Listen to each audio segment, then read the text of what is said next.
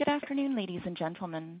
Welcome to the TD Bank Group Q3 2021 earnings conference call. I would now like to turn the meeting over to Ms. Gillian Manning. Please go ahead, Ms. Manning. Thank you, operator. Good afternoon and welcome to TD Bank Group's third quarter 2021 investor presentation. We will begin today's presentation with remarks from Bharat Masrani, the bank's CEO, after which Riaz Ahmed, the bank's CFO, will present our third quarter operating results. Ajai Bambawale, Chief Risk Officer, will then offer comments on credit quality, after which we will invite questions from pre-qualified analysts and investors on the phone. Also present today to answer your questions are Terry Curry, Group Head, Canadian Personal Banking, Greg Braca, President and CEO, TD Bank, America's Most Convenient Bank, and Bob Dorrance, Group Head, Wholesale Banking. Please turn to slide 2. At this time, I would like to caution our listeners that this presentation contains forward-looking statements, that there are risks that actual results could differ materially from what is discussed, and that certain material factors or assumptions were applied in making these forward-looking statements. Any forward-looking statements contained in this presentation represent the views of management and are presented for the purpose of assisting the bank's shareholders and analysts in understanding the bank's financial position, objectives and priorities, and anticipated financial performance. Forward-looking statements may not be appropriate for other purposes. I would also like to remind listeners that the bank uses non-GAAP financial measures to arrive at adjusted results to assess each of its businesses and to measure overall bank performance. The bank believes that adjusted results provide readers with a better understanding of how management views the bank's performance. Bharat will be referring to adjusted results in his remarks. Additional information on items of note, the bank's reported results, and factors and assumptions related to forward-looking information are all available in our Q3 2021 report to shareholders. With that, let me turn the presentation over to Bharat. Thank you, Gillian, and thank you everyone for joining us today. Q3 was a strong quarter for TD, with net income after tax of $3.6 billion and EPS of $1.96, well above last year's levels and just shy of our record Q2 results. We had strong revenue growth in the personal and commercial banking businesses as rising customer activity drove higher volumes in fee income and margin pressure eased. Wealth, insurance, and wholesale earnings moderated, but remained well above pre-pandemic levels, and aggregate AUA and AUM across our Canadian and U.S. wealth platforms surpassed $1 trillion for the first time. Our CET1 ratio ended the quarter at 14.5%, reflecting the strong fundamentals and good credit conditions against the backdrop of an improving macro environment. This capital position gives us considerable flexibility to pursue organic and inorganic growth opportunities, as well as return capital to shareholders when current restrictions are eased. As always, we will be disciplined in our approach, deploying capital thoughtfully and in support of our long-term strategic objectives. I'm very pleased with our performance this quarter and encouraged by the progress we are seeing in the North American economy and across our client base. The pandemic is still very much with us, but there's growing evidence that everyone is learning how to manage through it. Last quarter, I said that as economic conditions normalize, TD's strengths would come to the fore. That is exactly what is happening. We're adding new customers and deepening existing relationships, and we look forward to supporting our customers through the next phase of the recovery with advice and solutions to meet their evolving financial needs, leveraging our One TD model. Our Canadian retail segment earned $2.1 billion in the third quarter, with strong revenue and volume growth. The personal and commercial bank had a terrific quarter, with customer activity rebounding strongly, driving record volumes in many business lines. In real estate secured lending and commercial, year-to-date net growth in loan volumes has surpassed full-year 2020 levels. While credit card balances are still being impacted by high savings rates, card retail sales reached a new high in Q3 as we've made creative use of accelerators and leverage our strategic relationships, including the new subscription offer we introduced this quarter with Instacart, bonuses for TD Aeroplan cardholders who link their card to a Starbucks account, and our exclusive relationship with Amazon, which has seen customers make over 1 million redemptions using the Amazon Shop with Points capability on their TD card. On the deposit side, we extended our lead in personal deposits and commercial volumes remained strong. In the wealth business, while trading volumes moderated in line with the industry, our advice channels again performed very well. We achieved record year-to-date net asset growth in our advice businesses and record year-to-date long-term sales in our TD Mutual Fund franchise. Insurance delivered strong top-line growth and saw a steady return to pre-COVID driving patterns. We supported our clients through two catastrophic weather events in Calgary and Barrie, providing ongoing relief. We also strengthened our position as the digital insurance leader in Canada with new capabilities like same-day online quote and bind. And our mobile banking app and website earned top marks for customer engagement and experience in a trio of surveys from Sensor Tower to Apptopia and SimilarWeb. Turning to the U.S., our U.S. retail bank delivered record earnings of $891 million this quarter on improved revenue and stable expenses. Deposit volumes moderated, but still grew at double-digit rates year over year as customers continue to trust TD for their banking needs. We saw further loan paydowns on the back of still high levels of liquidity, but debit and credit card transaction activity accelerated. In particular, we've seen strong take-up of our new Double Up credit card, adding 50,000 customers since last quarter's launch. The card offers customers 1% cash back on purchases and another 1% when they redeem points into a TD deposit account, helping us broaden and deepen relationships. We continue to win on service, convenience, and safety. This quarter, we made it easier for customers to engage with us, enabling them to book in-person appointments online across our retail businesses. We added new capabilities in our stores to untether employees so they can serve our customers better. We continue to partner with top-tier fintech companies to offer small business and commercial clients integrated payment solutions. And we were proud to be ranked number one by Insider Intelligence for security and reputation in their 2021 Banking Digital Trust Report. In wholesale banking, earnings were $330 million on a normalization in trading activity, partly offset by higher advisory fees.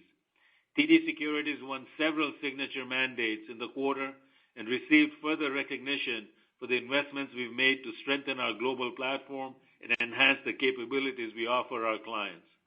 We were active book runner and sole Canadian dealer on Air Canada's $2 billion high-yield cross-border trade, the Canadian component of which was the largest ever high-yield deal in Canada. TD Securities was named Canada's best investment bank in Euromoney's awards for excellence in 2021, our first time taking this honor. And in global markets, we were joint winners of Most Impressive Sovereign Supranational Agency House for Post-LIBOR Solutions and Most Impressive SSA Coverage Team at the 2021 Global Capital Bond Awards. We also built on our leadership in the ESG space, being selected as one of two structuring advisors to the Government of Canada on its inaugural green bond issuance. Overall, as I reflect on our performance so far this year, I'm pleased with the way we've navigated a complex and rapidly changing environment. We continue to benefit from our diversified business mix, and our people have demonstrated their ability to rise to the current challenge. As we enter the final quarter of the year, the environment remains fluid. The pandemic is still raging in many parts of the world. And while rising vaccination rates have supported a strong recovery in economic and employment growth, new variants are challenging this forward progress and complicating reopening plans. That's why last week we announced that starting November 1st, colleagues entering a TD workplace will need to be fully vaccinated or be subject to additional safety protocols. We believe vaccination is the best path out of the pandemic and the right way to protect the health and safety of our customers, colleagues, and communities. The benefits of the recovery taking hold around us are evident. It's critical we do everything we can to maintain and build on the gains. It's also clear those gains are not being distributed equally. A sustainable recovery must also be an inclusive recovery. We took several steps this quarter to advance that objective. In the U.S., we announced a $100 million equity fund to support minority-owned small businesses with $25 million targeted for Black and Latinx-owned firms to provide communities of color with access to the capital they need to grow their businesses. We launched new retail banking offerings on both sides of the border to better meet the needs of underserved customers. In Canada, we entered into a strategic alliance with Canada Post to increase access to financial services for Canadians, particularly in rural, remote, and Indigenous communities. And in the U.S., we made changes to our overdraft policies and introduced TD Essential Banking, a low-cost deposit account supplemented by a suite of accessible and customized financial education tools. And we kicked off the annual TD Ready Challenge. This year's campaign will provide a total of $10 million in financial support to organizations that have developed scalable solutions to help K-12 students disproportionately affected by pandemic-related learning loss in math and reading. These purposeful investments reinforce the strength of our proven business model. They reflect our unique and inclusive culture, and they will enable us to continue playing a key role in driving forward the recovery and delivering the right outcomes for all of our stakeholders.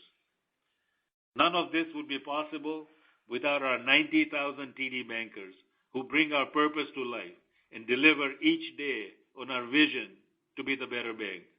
I'll end by thanking them for their hard work and dedication. With that, I'll turn it over to Riaz. Thank you, Bharat. Good afternoon, everyone. Please turn to slide 9. At this quarter, the bank reported earnings of $3.5 billion and EPS of $1.92, and adjusted earnings were $3.6 billion and adjusted EPS was $1.96. Revenue was even on a year-over-year basis as continued strong volume growth and higher fee income in the retail segments were offset by lower wholesale revenue and the impact of foreign currency translation and lower margins. Provisions for credit losses was a recovery of $37 million as impaired PCL was more than offset by a performing PCL release. Expenses increased 6% year-over-year, mainly reflecting an increase in the retailer program partners' net share of profits from the U.S. strategic card portfolio, primarily on lower PCL. Absent the partner share of PCL, adjusted expenses increased 1%. Because the year-over-year change in PCL remains large, the accounting for the U.S. strategic cards portfolio program continues to have a significant impact on expenses, as well as total bank pre-tax, pre-provision earnings and operating leverage. Slides 22 to 23 of the presentation show how we calculate PTPP and operating leverage at the total bank level by removing this impact along with the impact of foreign currency translation, which was significant again this quarter. The slides show that total bank PTPP was up 3% year-over-year and 11% quarter-over-quarter, reflecting strong revenue growth in our retail segments, partly offset by a decline in wholesale revenue. Please turn to slide 10. Canadian retail net income was $2.1 billion, up $862 million year-over-year. On an adjusted basis, net income increased $837 million year-over-year. Revenue increased 9%, reflecting higher fee-based revenue in the banking and wealth businesses and higher loan and deposit volumes, partially offset by lower deposit margins. Average loan volumes rose 7%, reflecting growth in personal and business volumes. Average deposits rose 13%, reflecting double-digit growth in personal, business, and wealth volumes. Wealth assets increased 20%, reflecting market appreciation and new asset growth, including record mutual fund flows. Margin was flat to the prior quarter at 2.61%. Total PCL of $100 million was higher by $137 million sequentially, mainly reflecting a smaller recovery in performing PCL this quarter. Total PCL as an annualized percentage of credit volume was 0.08%. Insurance claims increased 4% year-over-year, primarily reflecting higher current year claims from business growth, partially offset by a decrease in the fair value of investments supporting claims liabilities.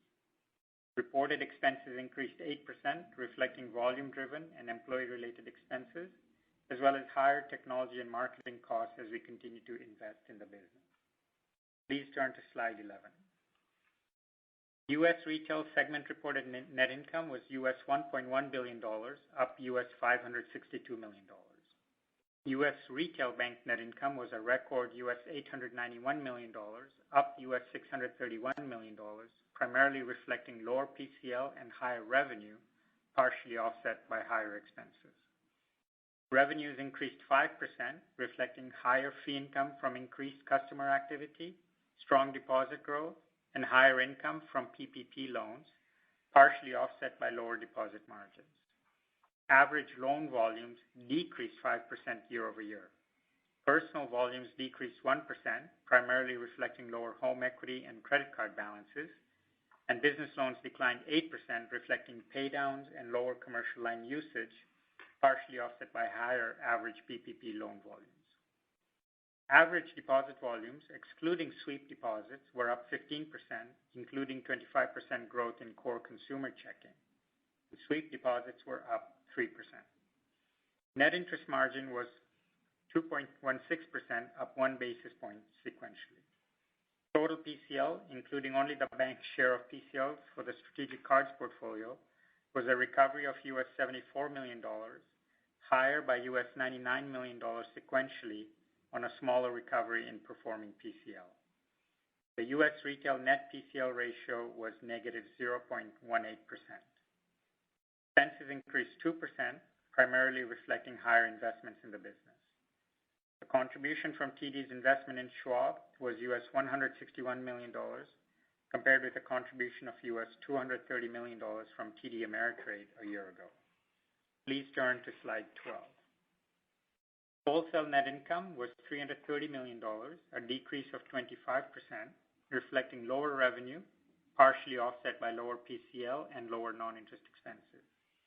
Revenue was $1.1 billion, down 22%, primarily reflecting lower trading-related revenue, partially offset by higher other revenue and advisory fees.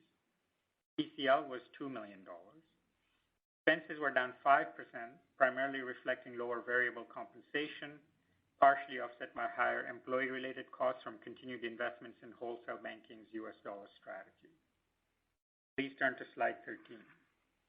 The corporate segment reported a net loss of $205 million in the quarter, compared with a net loss of $130 million in the third quarter last year.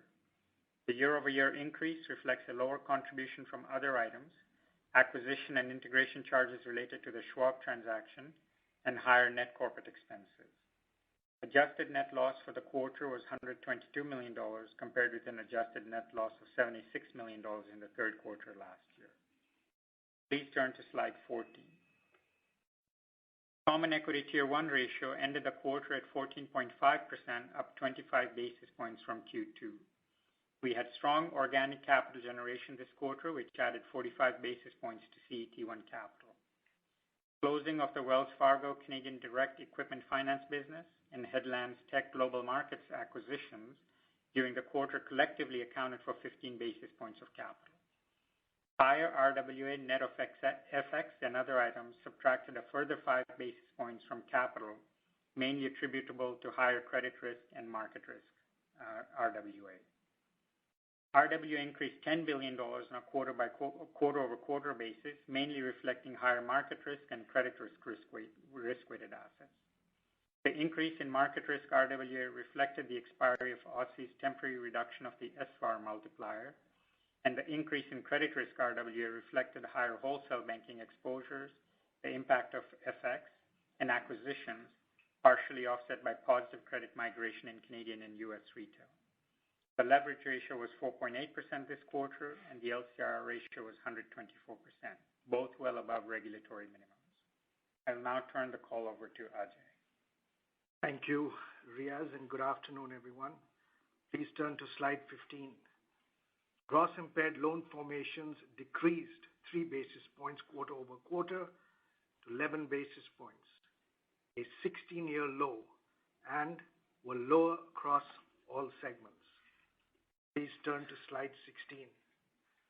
Gross impaired loans declined 3 basis points or $152 million quarter-over-quarter to $2.65 billion, reflecting the ongoing impact of support programs, customer resilience, and the economic recovery.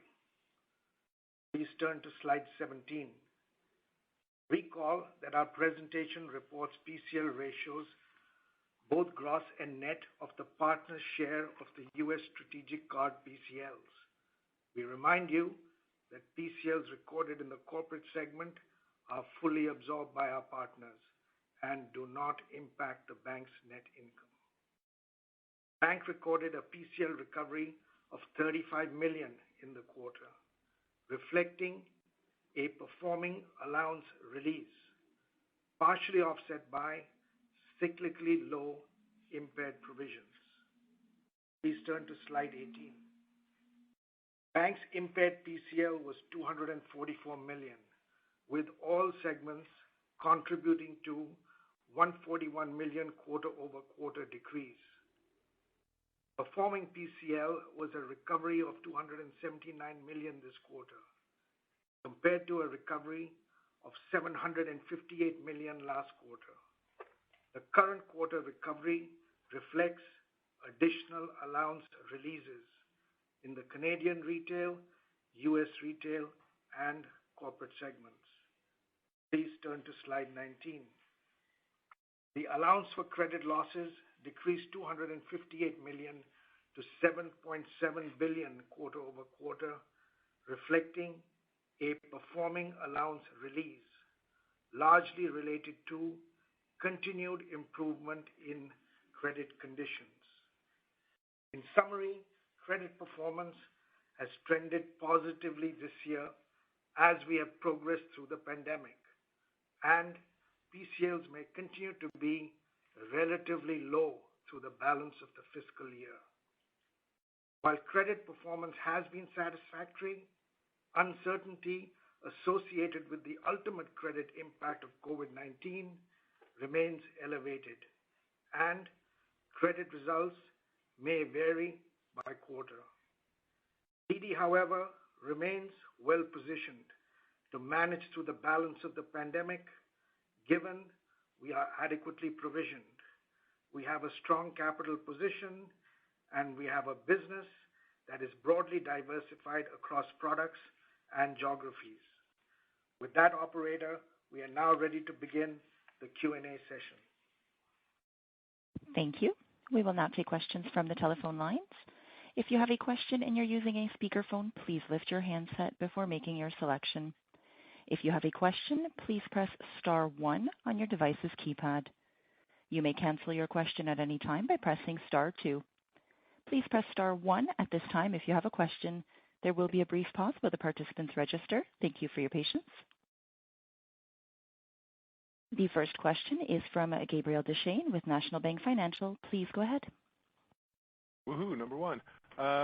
First of all, Bob, congratulations on your retirement, and good luck, in the next phase. And congrats to Riaz for stepping in there. So as far as my question goes, it's for the U.S. business.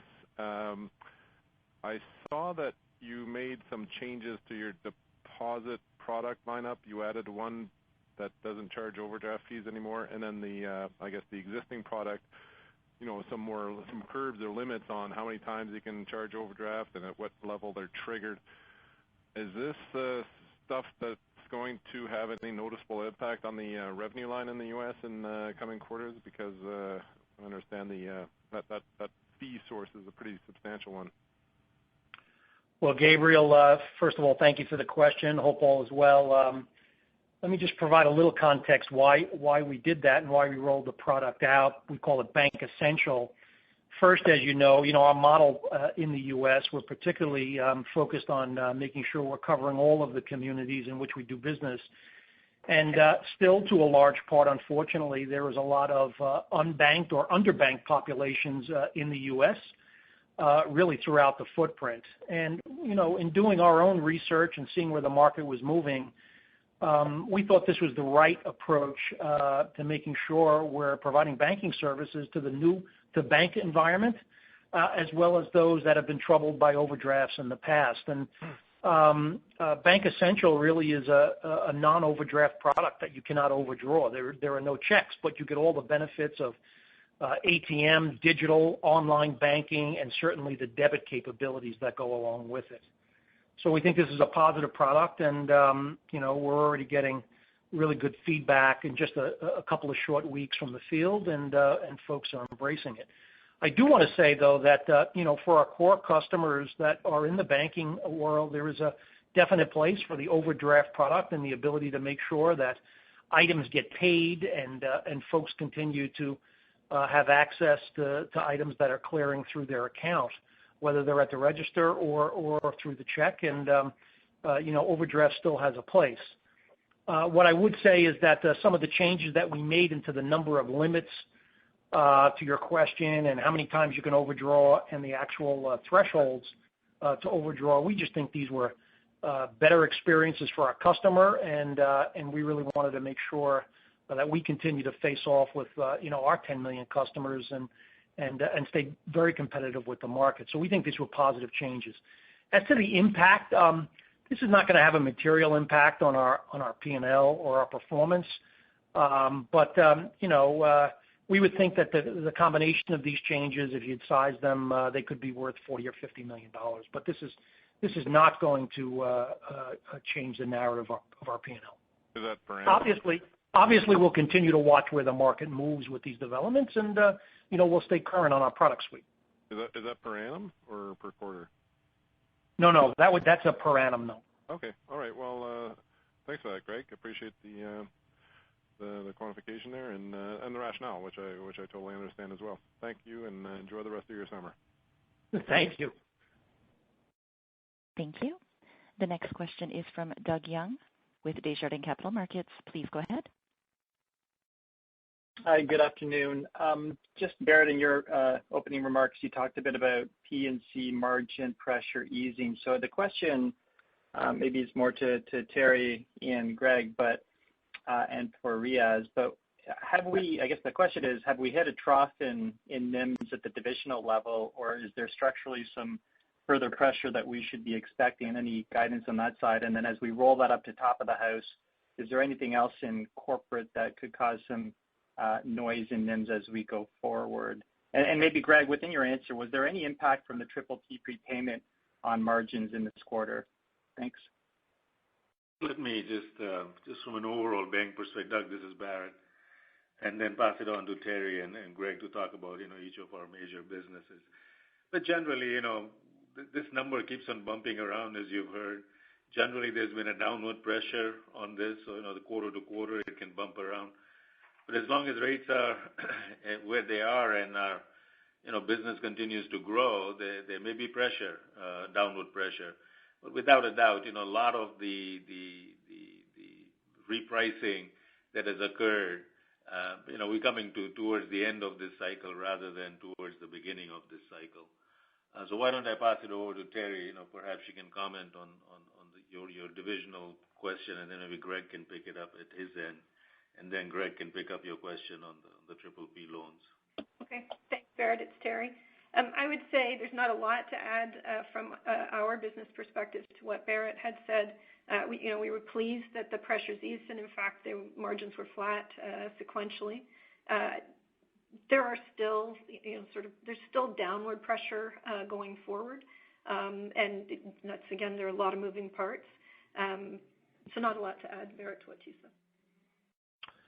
Well, thanks for the question. And the way I'd say about the U.S., I think Bharat categorized it very appropriately. On any given quarter, this thing will bump around a bit, but I would say the general direction, it could still have some pressure in subsequent quarters, and it's mostly because what we're seeing is we're still seeing the mix of the business and deposits really overwhelming loan growth, and deposits continue to come in at a very robust pace, even though we still have some of that growth in our year-over-year comparisons at this point and still growing double digits.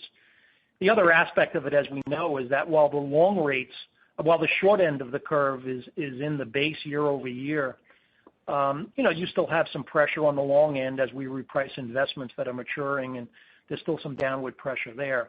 What I was pleased to see in this past quarter is some stabilization and strengthening in our loan margins, which was very constructive as we were up 1 basis point quarter-over-quarter. And to answer your question directly, PPP, in this quarter, it may had maybe 2 basis points of impact to the upside.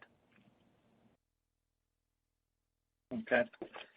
And Riaz, there's nothing, as I pulled that up to the top of the house, like none of that's surprising, but as I pull up to the top of the house, there's nothing else that I should be thinking about at the corporate level? No, Doug, not in a structural way. I mean, Terry and Greg have called out balance sheet flows and the volatility in rates and market conditions, but sometimes sort of in the corporate segment, you can see some volatility come out from hedging arrangements and issues like that. So I would say that to echo Barrett's comments that we're kind of more closer to just business as usual developments on margins as some of the rate cut impacts that we saw, the significant rate cut impacts we saw last year are now kind of in a year-over-year sense worked out. Perfect, helpful. And then just second, Terry, on the wealth management earnings, they were down $45 million sequentially from last quarter sequentially. But can you talk a bit about what drove this? I was a bit surprised by that. And is there anything unusual in there? So thanks for the question. I guess I would say, Wealth NIAT was up, 16% year over year. There was a sequential decline, as you mentioned. Really, that would be all to do with sort of levels of trading activity. You can see in the appendix of the presentation on page 25, sort of the makeup of the wealth earnings. And so I guess I would comment that, real strength in the advisory parts of the business. Q3 was our highest Q3 ever for long-term mutual fund net sales. And I think we haven't seen levels like that back to probably 2015 or something like that. So real strength, and that's really a tribute to the investments that Leo Salom and our teams have been making in advisors and in capabilities to serve our customers. And on the transaction revenue, I mean, we've probably come from 3 times what would have been the normal rate pre-pandemic down to something like 2 times what we would have seen. And I think as we think forward around transaction revenue, we would still expect it to remain above pre-pandemic levels. Helpful. Thank you. Thank you. The next question is from Meny Grauman with Scotiabank. Please go ahead. Hi, good afternoon. This is a question regarding loan growth in P&C Canada. When I look at TD and track it versus the peer average, it looks like TD's been lagging the peer average since about Q1 20. And so when I look at that, I wonder what's going on. One thing that comes to mind is that you adjusted your risk appetite more aggressively as a result of COVID, and certainly the gap with peers appears to have enlarged around the height of COVID. So I'm just wondering if that is in any way part of the story, and then I have a follow-up. So maybe I'll step back. Really pleased, and we're really paying attention to what are those signs of momentum, and I think our sequential performance was very strong across the board for P&C. If I look at lending and sort of break it apart, commercial lending was really strong this quarter, and that had 3 elements to it. One was the Wells acquisition, but even without that, real strength in growth in commercial lending. And we saw that with some commercial loan utilization coming back. Obviously, it's still well off pre-pandemic levels, but kind of Q1 was the dip, and we've continued to see utilization growth since then. So that's a positive, and there's room to grow there. And then real estate and sort of any real estate-related businesses, obviously there's real strength and demand there. And so commercial was a real source of strength. Real estate secured lending, on a sequential basis, we were a bit behind the peers. If you look at market share data for the 2021 calendar year, what's been reported to date, given the scale of our business, over the first 4 months of the calendar year, we did take share. That may bump around over the next few quarters, but I'm confident with the investments that we've made in advisors and capabilities for our customers, that we'll see us, continuing to build that market share position over the coming year. And then credit cards, obviously another component. And to the specific of your question, both for unsecured personal lending and credit cards, we would have seen both the economic activity impacts, which disproportionately, given our particular cards mix towards travel and premium cards, has impacted us. Having said that, you would have seen in this quarter, unbelievable sales results, strength, 21% up year over year. So we're really seeing the economic activity come back in spend. We're seeing that in a time when still travel is about 62% off, sort of the levels pre-pandemic. Part of the story is the return to some of the risk strategies that we've been a little more cautious on through the pandemic, things like balance transfer and limit increase offers, and those are predominantly back in market, and we should see the benefits of those going forward. If you look at Q3 results, interest-bearing loans are down slightly, but promo loans and the free period are actually up. And historically, those turn into interest-bearing loans over a period of time. So I think we're well positioned both with, travel to come back, international travel and FX in particular, and then these offers being back in market, and then the breadth of our product availability and our partnerships in cards to capture demand going forward. And if I can just a comment or two. From my perspective, there's really no change in risk appetite in Terry's business. And as she outlined, there was some selective tightening, during the pandemic, and that's for the large part reinstated. The other comment I'd make is in the risk department, we certainly look at the origination quality very closely, and we're satisfied with what we're seeing. And just as a follow-up, Terry, how important is it to get back above average? Is that something you track, or you don't look at it that way? And then when do you expect to get above the average?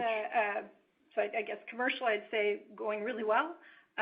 In terms of real estate secured lending, as I mentioned, the percentage growth versus the scale of our business and the share growth, we are actually taking share in the first 4 months of the year and expect to continue to take share going forward. So comfortable that we've got the right strategies and investments in place.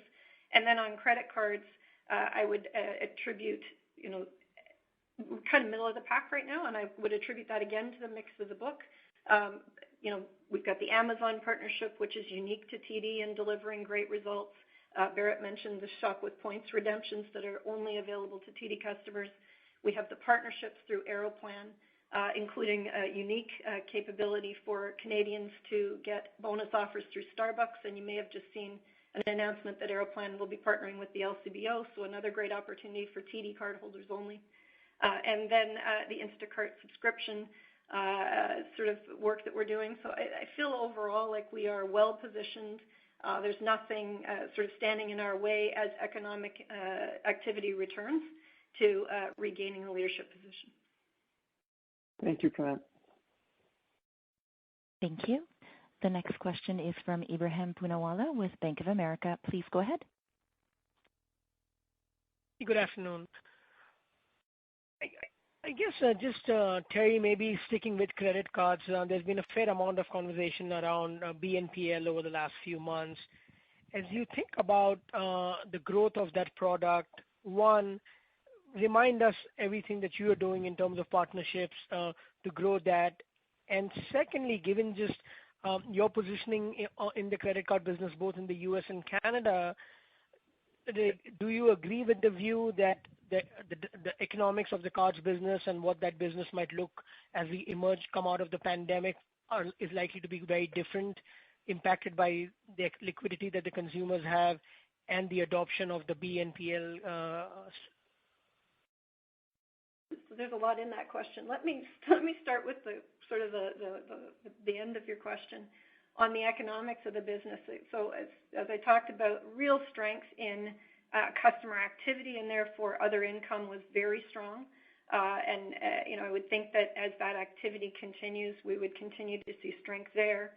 Clearly, we are building loan balances, but that will lag the customer activity.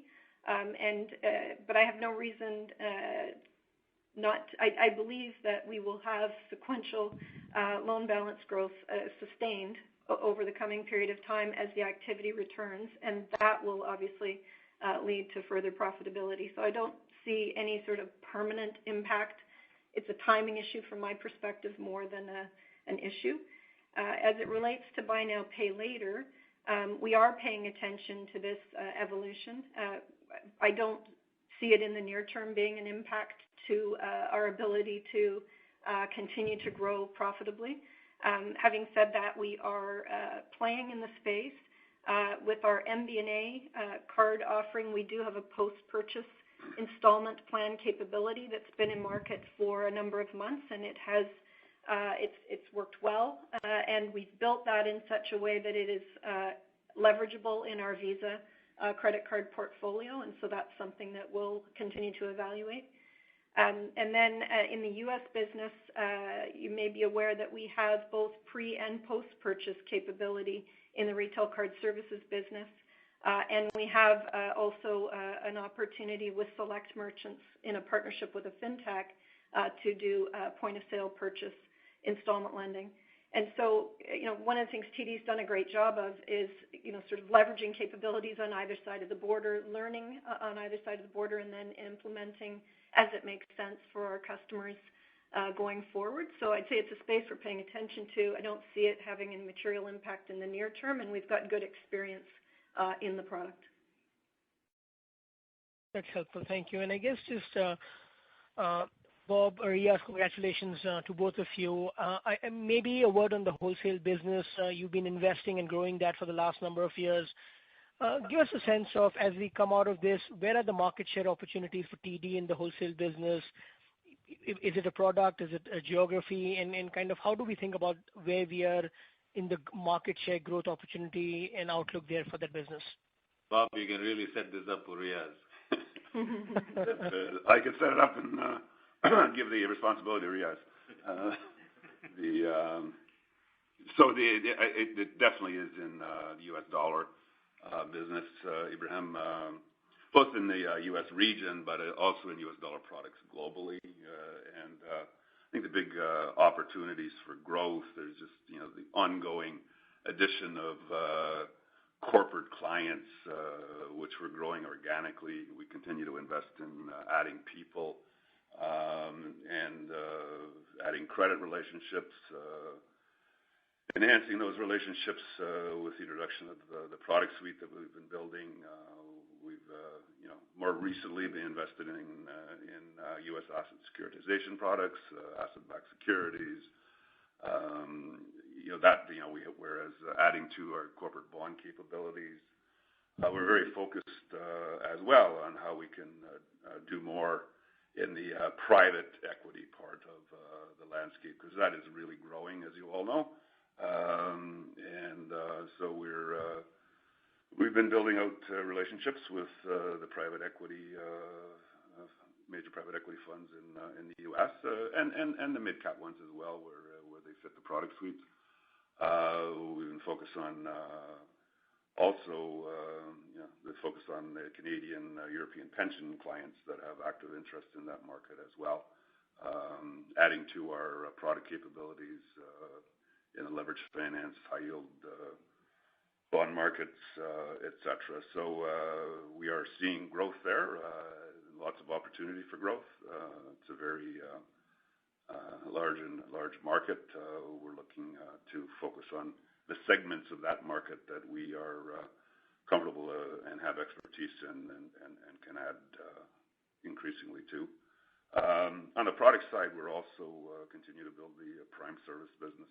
We continue to build our our energy and commodities trading businesses, our equity structured product businesses. So there's lots of opportunity, but we are doing this organically, and they do take time. We've more than doubled our workforce in the U.S. in the last 7-8 years, and we're adding to it this year as well, and we will add over the next number of years. So that I think it's important. It will diversify our business model. We all fight for market share in Canada, but Canada has been it's a relatively mature market.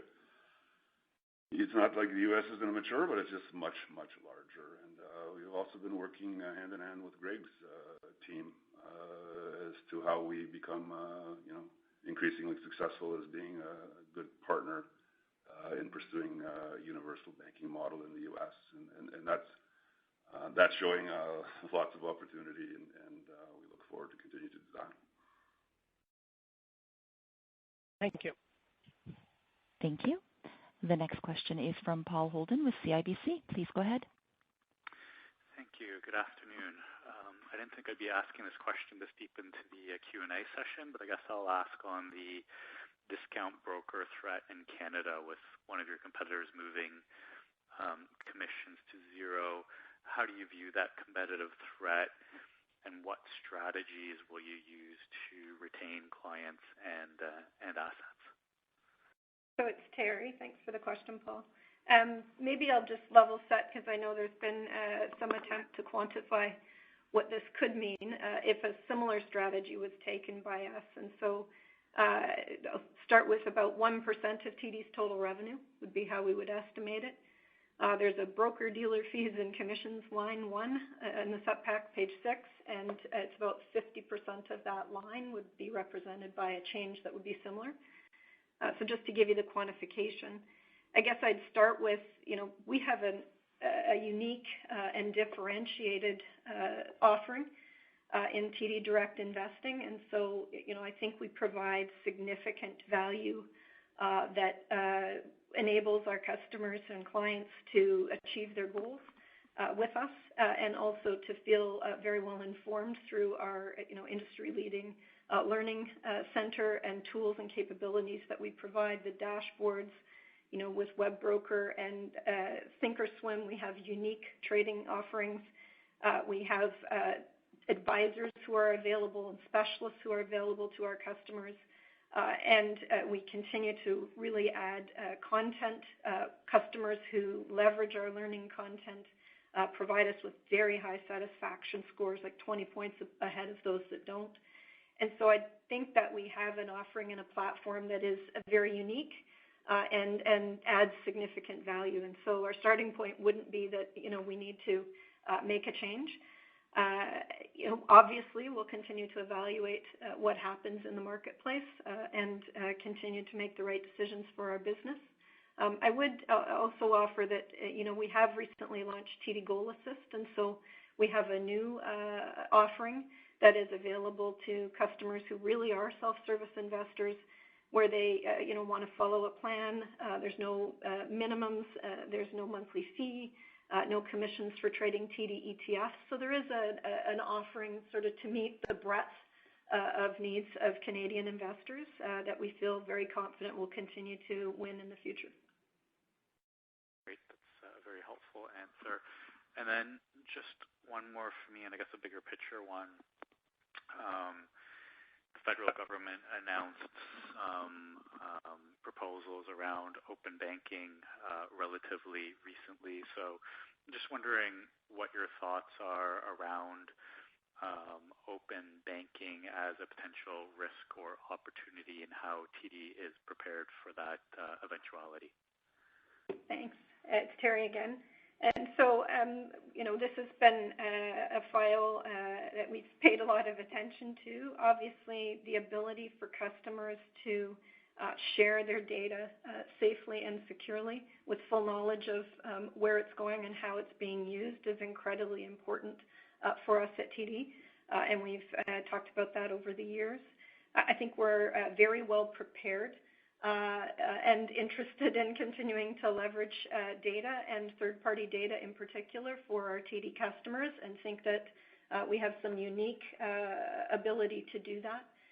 We've been involved in the U.S. marketplace in standing up a data sharing platform, Akoya, and by the end of this year, along with other large banks in the U.S., we'll be able to, using APIs, share data if customers have asked us to in an appropriate and safe fashion. And so again, another example of where we're able to take learnings from one market and apply them in another.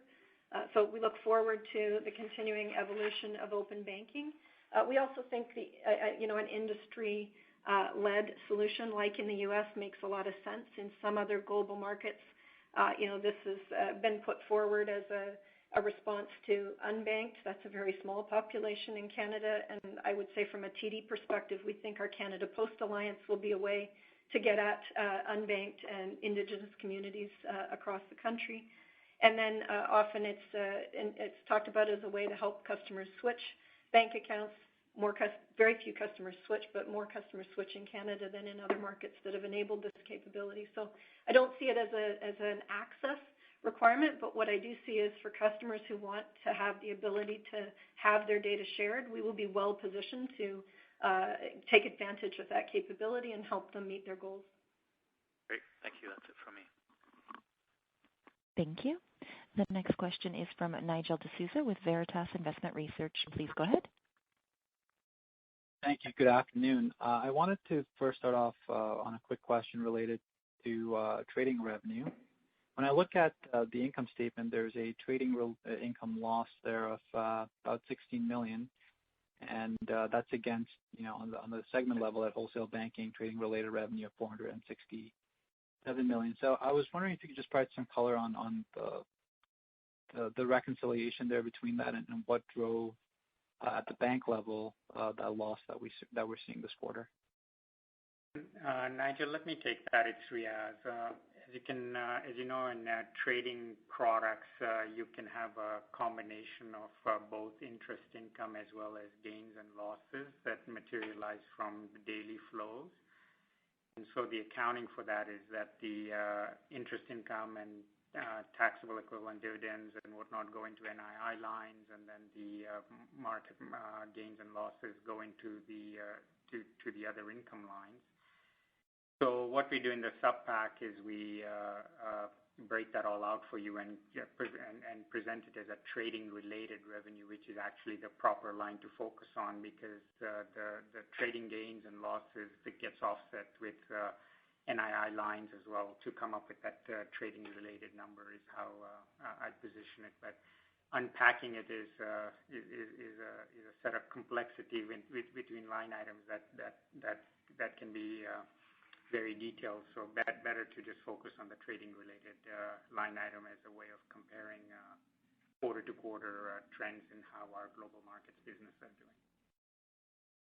Okay, that's helpful. Maybe I'll look into the details offline. If I could just pivot on to your allowances. And when I look at TD's release this quarter, it appears that TD's being a bit more conservative than some of your peers in releasing allowances on your performing loans. And I was wondering if there's anything you're seeing that makes you more cautious or more conservative, or maybe some color on how you're thinking of how the reversal would play out over the coming quarters. Yeah, it's Ajay. Let me share my thoughts with you. I can't speak about the peers, but sort of if you go back and look over 3 quarters, you'll find that we have released 40% of the reserves we built since COVID. And those reserve releases are really driven by 2 things, the improvement in macro, and then the second is credit conditions. This quarter, what I would say is the Delta variant was considered in greater detail, and mostly I would say in our downside case. So what we did is we selected a tougher downside case, which is a global slump, and that reflects that countries, including Canada and the United States, struggle to control the virus, and this could lead to additional containment measures. We also added some more weight on the downside, both for Canada and the U.S. So it's really the Delta variant that led to the overall macro factors tempering, our release this quarter. And then if I look ahead, there are possibilities, of course, of future releases, and I think those would largely be driven by macro conditions. We would also look at the forward-looking uncertainty, and to the extent it reduces, there are possibilities of additional releases. Again, as Barrett said, the pandemic is not over, so you should expect continued prudence from us. So let me pause there. Yeah, that's helpful. Just a quick clarification on the Delta variant. It seems to be having more of a regional impact in the U.S. So are you seeing something different in your southeast footprint versus your northeast, or do you think about it regionally? Well, what we know is it's spreading, and right now it may be regional, but again, IFRS 9 is a forward-looking measure, and we have to sort of think about where it might be in 6 months or even 3 months' time, and it has a lot of momentum. So, as I said, it's not in our base; it's mostly in our downside case, but we did consider it for this quarter. Okay, that's helpful. Thank you. Thank you. The next question is from Mike Rizvanovic with Credit Suisse. Please go ahead. Hi, good afternoon. A question for Greg. Wanted to go back to the NSF change in the U.S. and the $40 million that you referenced. Now, can we use the call reports, the regulatory call reports, as a sort of proxy to how much you actually earn on NSF fees in the U.S. business? You can. You can. I would just say that, the call reports are a fine proxy, but, a lot of times when we get talked about as a U.S. bank and our non-interest income percentage of overdrafts is higher than a lot of our peers, obviously, some of that goes to the fact that we don't have the wholesale numbers in the U.S. business, and we don't have as large of a wealth business built up yet, and you have lower drivers from some of those businesses. But those fee income numbers that you call out are fine to use as a proxy, sure. Okay, that's helpful. So then, with respect to the $40 million comment, that seems to be only about 10% of what. Well, I said 40. I said 40 to 50 million, and it depends on volume, right, of interactions that you'd see. But as we model this thing out in a return to normal activity levels, that's what we would see is to be the impact from these changes we made, reducing the number of overdrafts you can incur per day and reducing them from 5 to 3 and raising the threshold from $5 to $10. But we were using normalized activity in the market. Got it. But I'm just curious, like with respect to your existing client base, it just seems a bit light given, if you've got an option to not, ever have to pay those fees, like why would you not have more gravitation to that account with your existing client base? Like, it's a good question, but I'll go back to my opening when I talked about the product, that it doesn't have an overdraft feature, first and foremost because there's no checks that come with this product.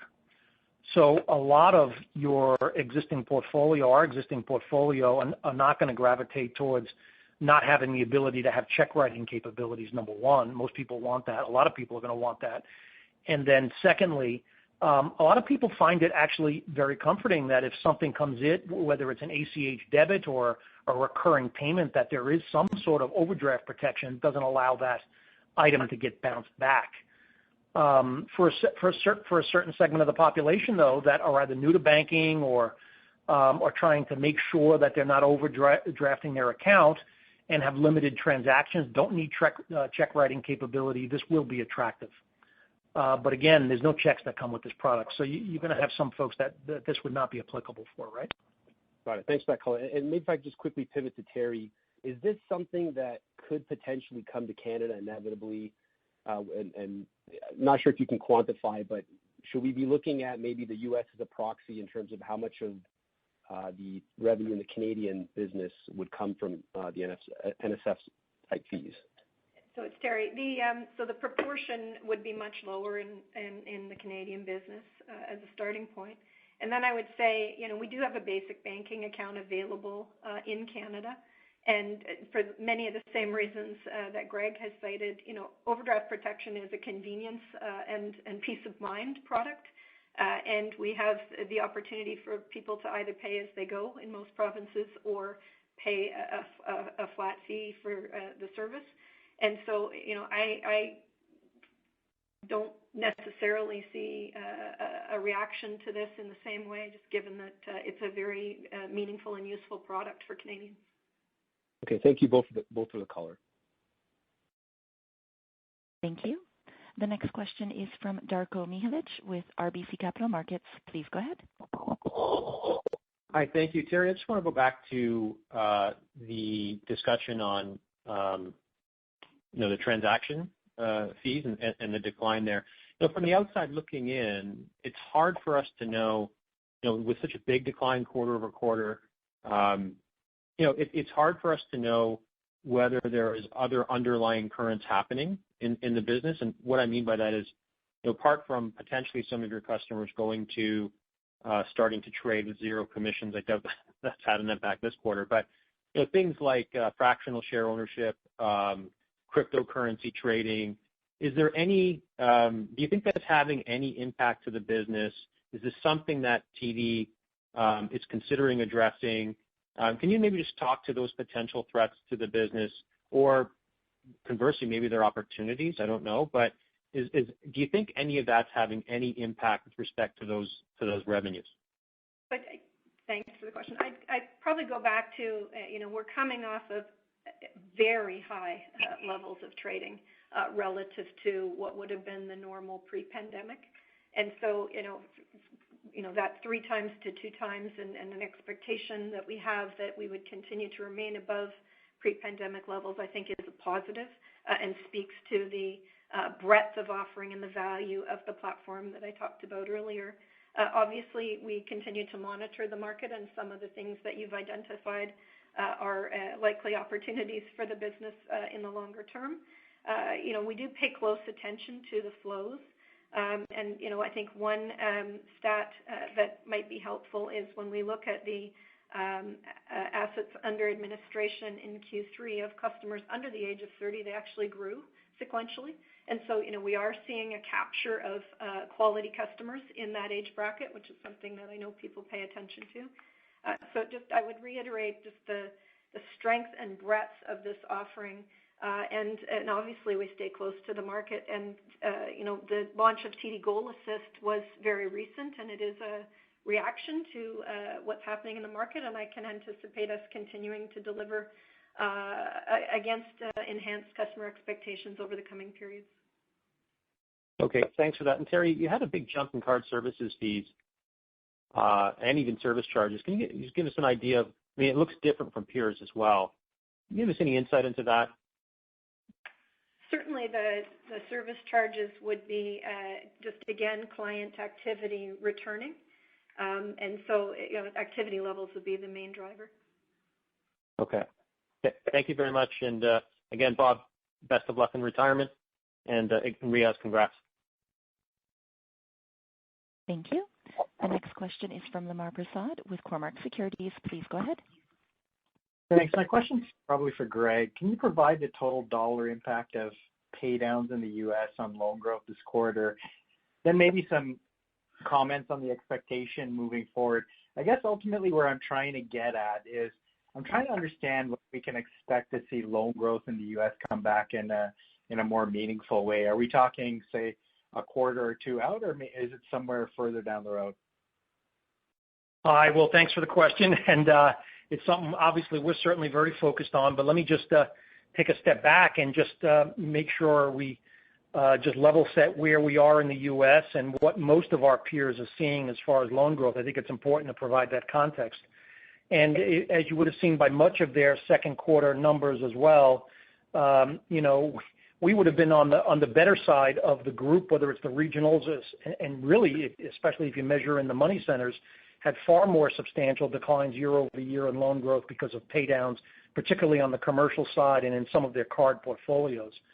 And then just going on the context, as I said, in the last couple of quarters, you're seeing pressure on loan growth because of all of the government stimulus, and that's showing up in our deposit balances. And So on the consumer side, there's been a whole host of programs that continue to play out and are providing liquidity, and you're seeing pressure on cards balances. And on the commercial side, starting on the low end, on the small business side, PPP has had just a tremendous impact with the hundreds of billions of dollars of liquidity it's put into the system, and you're seeing depressed loan growth and pay downs.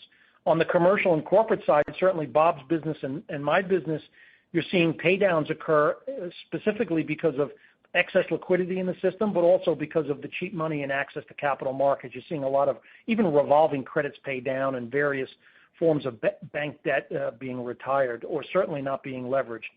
Utilization rates are at all-time lows that I can remember going back quite a long time. And so those are all the pressure points.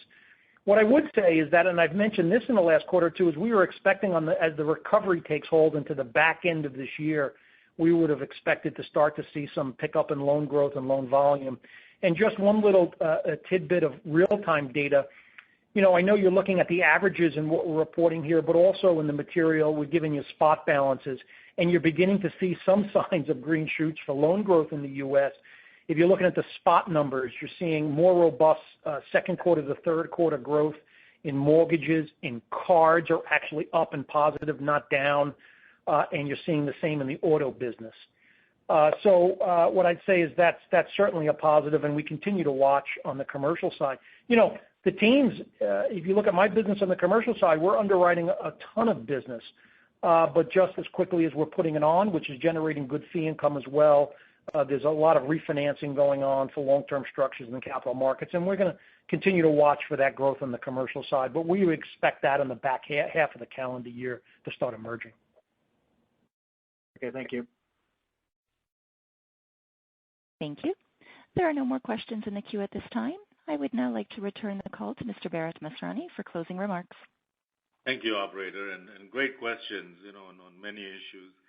Just to reiterate, and I think you heard it in some of the responses, given the scale and profile of our businesses, in the U.S. we have 10 million customers. TD Essential Banking, which is the new product that just got introduced, addresses a specific small segment of the underbanked within our footprint. So just to keep that in perspective, with respect to some of the questions that Terry was getting, once again, it's not we haven't seen compression in pricing in some of these products before. But as you've seen previously, that we adjust our products, we adjust how we position the market, and we think we have a value proposition that is compelling.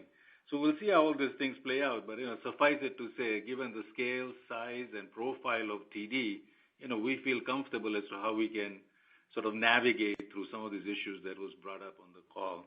As an overall, very happy with the results. I think the momentum as it gets built, as we get this pandemic more behind us, is great. I think sequential quarter performance in various metrics that folks have been citing, like PTPP growth. And I know it's a complicated number for us because you got to adjust for partner shares, strategic card, adjustments, et cetera. But I'm sure Jillian and Riaz and Kelvin will help you folks out. But overall, I feel good, that there's great momentum in the business, and it looks like we're getting out of this pandemic with good growth potential. I do want to, as usual, thank 90,000 TD bankers around the world. They do a great job and continue to deliver for our shareholders. I also want to take a moment to recognize the changes we announced to our senior executive team, which take effect on September the 1st. Now, many of you mentioned this. Bob will be retiring from his role as President and CEO of TD Securities, but he's not going far. He will stay on as Chairman at TD Securities as well as an advisor to me. Riaz, as all of you know, will be taking on the President and CEO role at TD Securities after almost 6 years as CFO.